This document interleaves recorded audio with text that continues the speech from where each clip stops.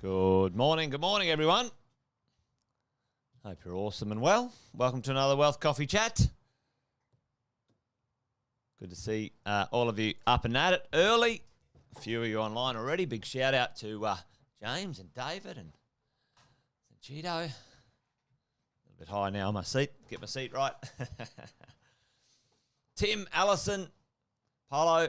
Hey, good morning to all of you.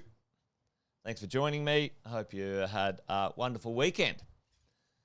Here there was a bit of rain and a few storms around. Bit over this wet weather, to be honest, but just between you and me. Hopefully, some point real soon, it dries out a little bit. Anyway, summer's around the corner, so they say. But before we get to that, we're going to have a bit of a chat. A Wealth Coffee Chat is what we call it. I've been out of action for a few days. Been down in Sydney, live streaming and commentating the Australian Championships of the rock climbing and bouldering. So anyway, there you go. That's what I was doing for a few days when you guys didn't see me on Thursday and Friday over the weekend, but back at it now, Monday, the 21st. Welcome back to the Wealth Coffee Chat series. For those who may not know, that's my name, Jason Witten. We've been Wealth Coffee Chatting as a bit of a crew for a number of years now. Each morning we get together with investors just like you, and we try to make some sense of what's going on in the world of real estate. Make sure we don't listen to the fear-mongering media who are just trying to sell clickbait and headlines. Well, that's who they are. That's what they do, right? Unfortunately, they're not the purveyors of accurate, good quality data that we used to believe.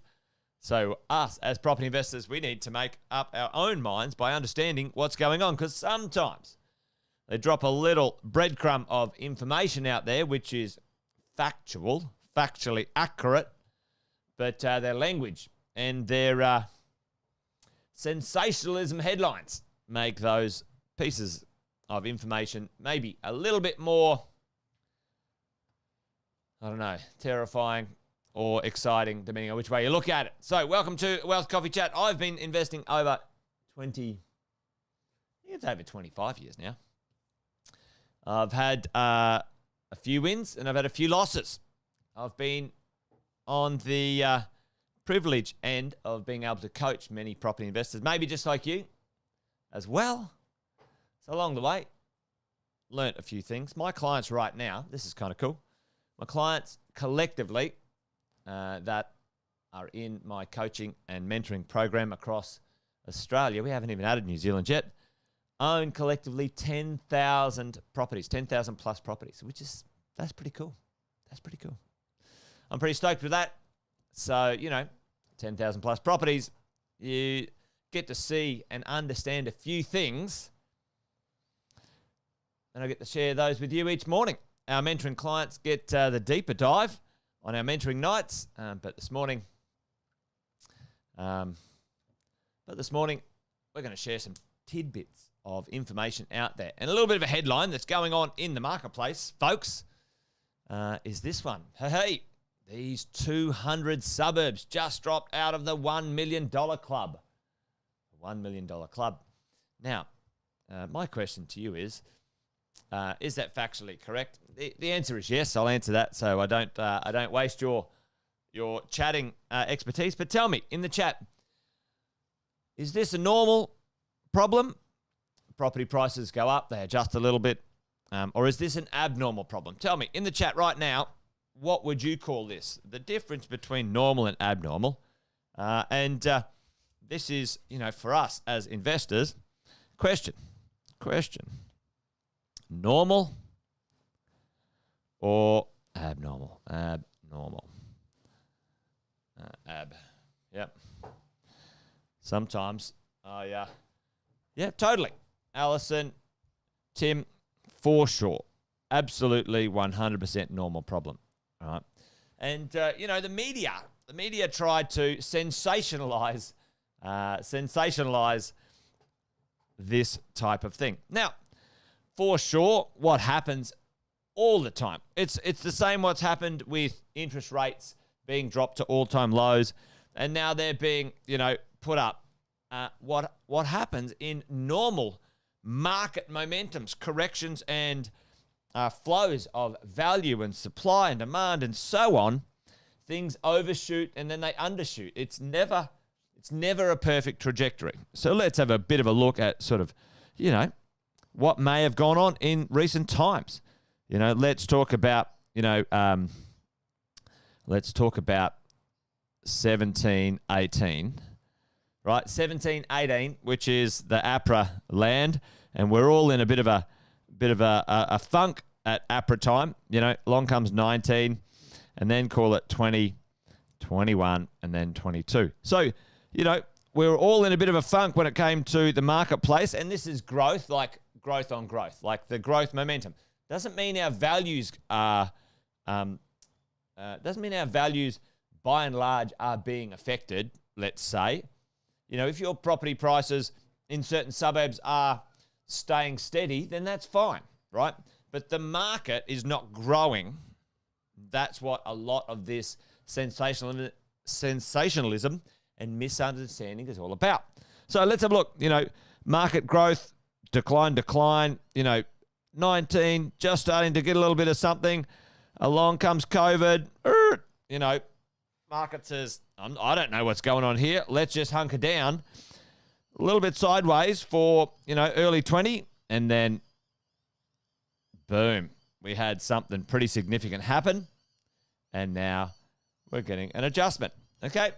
Now, this is the part I want to talk about, which is absolutely normal. Once we have some momentum, it tends to overshoot and tends to correct. And all sorts of reasons why. But right now, what's the number one reason we are getting a correction? And I wouldn't call it a correction. It's a market adjustment. It's not a correction. We have fundamental facts in the marketplace that have supported lots of this price value movements. But tell me right now, what's the number one issue or reason why we are having an adjustment in the nominal prices? Boom, Tim is on it. And it is the interest rates, folks. It's interest rates. Interest rates. So they're at all-time lows, and now they're at, pretty decent amounts. Still quite normal. Still quite 10 and 15-year normal rates. And it looks like we're going to land between 5 and 6% in 2023. Okay? Then what you're going to see, probably end of 23 to 24, you're going to see that interest rate probably go down to be between 4 and 5%. That's where we're going to be, folks. We know what's coming. We know what's happening as we go. Yep, and there you go. Allison, exactly. The sky's falling. Everyone's lost, 50K or 80K of equity. No, they haven't. They've lost the nominal piece of paper value in their properties. And to be quite honest, I've always said this, capital growth is a vanity metric. It's a vanity metric. It's actually emotionally it's a terrible way to measure your success as a property investor. People go, oh, my property's went up in value. That's wonderful. And I don't take, bond rates don't lie. You're dead right. Your ability to buy and own and keep good quality real estate is the number one success metric. Now, growth and cash flow and tax deductions, they are all levers and things that can change outside of your control. Sometimes they're just, what did you do? What did you do to make the property prices go up in 20 and 21? What did you do? You did nothing. Tell me in the chat, what did you as the individual property investor do in 20 and 21 to get the property prices to go up? I can't hear anything. Nothing, right? Nothing. We didn't do anything. We were the beneficiaries of other things that happened out of our control. What's the only thing that we have control of if we've got financeability? Yep. There you go, Tim. You hit it on the head. You bought one. You bought a property. Yep, you bought a property. That's the only thing you control. That is your mechanism of success in this game. I've seen so many people give up, chuck their toys, carry on like pork chops. All right? Carry on like pork chops.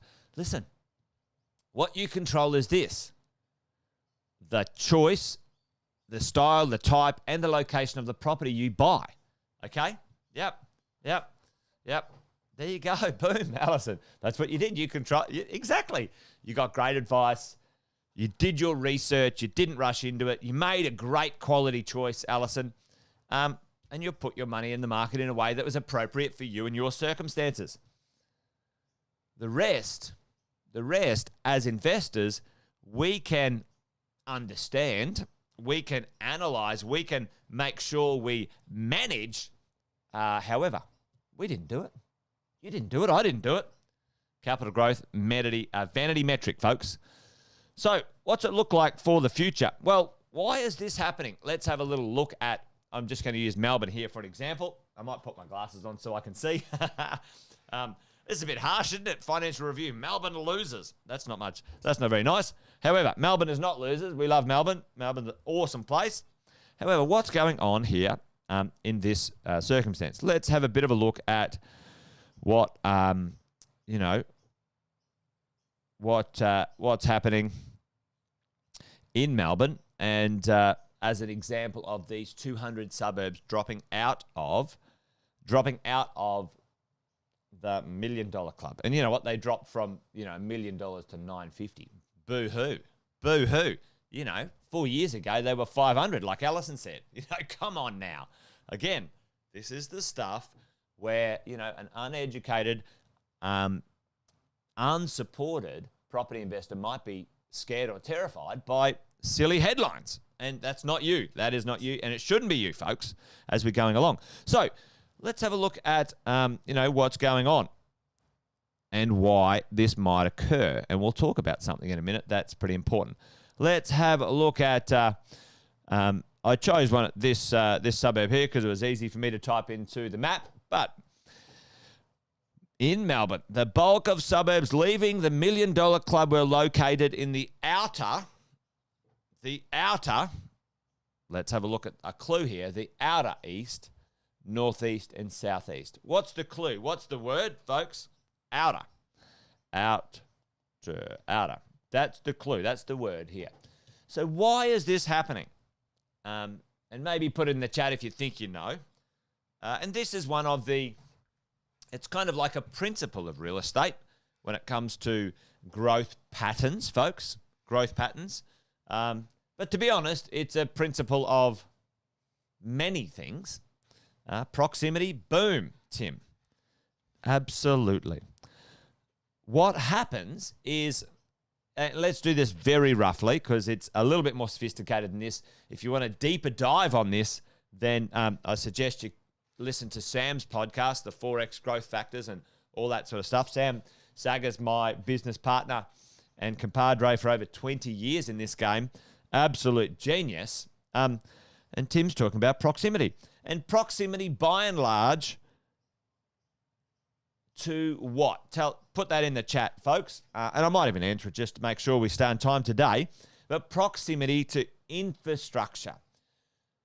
Proximity to, usable public spaces. Proximity to the CBD. Proximity to the beaches, etc. And Tim, we're going to use the CBD as an example. So let's have a look at Melbourne. All right, let's have a look at Melbourne. Boom. And let's see, did any of those properties in that network of, let's say, call it the inner ring of Melbourne drop out of, these fancy $1 million suburbs? No, they didn't. I can't see any of their names in there. And they were well over many millions of dollars anyway. So the inner ring with proximity, location to the CBD. Then we have a look at the next ring, right? Bit of ocean there, but you get the picture, which is the middle ring. And this is where Sam has been talking about for a long time, middle ring infill investing, absolutely brilliant value, and fantastic new infrastructure often. One of the deals that we're just doing here down in Melbourne is absolutely, getting the benefit of that middle ring stuff. And this ring might be a smidgen big here, if you want to pick it apart, but you kind of know what I'm saying here, right? And then where we're seeing the retraction, folks, is this stuff in the outer ring, right? The outer ring. And right here, if you have a look at key law, and if I rub out some of this stuff, there is still a little bit of land to develop in here. It's not surrounded by, compression from other pieces of infrastructure as we go. So as we see growth go out from the CBD or proximity or pressure from real estate values, and it's the same for rents as well, folks. The same for rents as well often. A proximity pressure, as things retract, it starts out here and goes back the other way. Starts in there and goes back the other way. Starts out here and goes back the other way. Very normal, very straightforward. Nothing abnormal about this situation when it comes to property investing, team. So there you go. What can we do? It's never exactly linear when it comes to this stuff, folks. Some of those newer infill cities end up with significant amounts of brand new infrastructure. So places like in Brisbane, Springfield City, they've created a whole brand new city out there at Springfield, and it becomes almost its own small proximity locator to the infrastructure, the schools and the transport and the shops and all that sort of stuff, which is brilliant. So Sam talks about that in his Forex growth strategies as well. All right. So there you go. Just a little bit of a touch base, 200 suburbs losing their $1 million tag. Yep. So what? Who cares? And if you do care, check in, because it's not a measurement for success. This capital growth thing, it'll send you loopy, folks. It'll send you loopy. Can you get access? Can you get access to your equity? And maybe tomorrow or the next day, tell me, what should or can smart investors do to not care about their property prices, dropping? They've gone up to $1 million and now they go back to 900. What should have they done, folks? Tell me in the chat as the final closing remark. They should have done something with their equity. I talk about it all the time. I was talking about this, boom, Allison, all over it, equity lock. Like I was talking about this 12 months ago, team. Yep, kicked it into positive cash flow, locked in your equity. Listen, team, like this, the fundamentals remain the same. The details change. COVID, GFC, APRA. There'll be something else. I think this $1 million houses provided by the government is going to be a disaster of epic proportions. You watch the next 5 years, kind of like the NBN, the biggest waste of money we've ever bloody seen. They should give the private sector a boost. That's where their supply chain comes from. Anyway, don't get me started on that one. All right, there you go, folks. Maybe I'll talk about that tomorrow. All right. Wealth Coffee Chat, done and dusted. Refinance and buy another investment property. Absolutely. When you have the equity on paper, folks, use it. Lock in what you can, because it does ebb and flow. I've seen it so many times. This is not new. This is the ebb and flow of the market. Anyway, I'm done. Wealth Coffee Chat's done and dusted for today. Join me tomorrow for another one, folks. Great to see you. Hey, big shout out to Kevin, all the way from Florida. Big shout out to the rest of you, Alison, Tim, Shelley, Sanchito, James, David, Paolo. Thanks for joining us. Yeah. I think fear sometimes, David, drives many of us and we don't realise it. But, hopefully one day they might stumble across the Wealth Coffee Chats and learn a few things. That's it from me, folks. You guys be good. Join me tomorrow for another Wealth Coffee Chat. Till then, bye for now. See you, folks.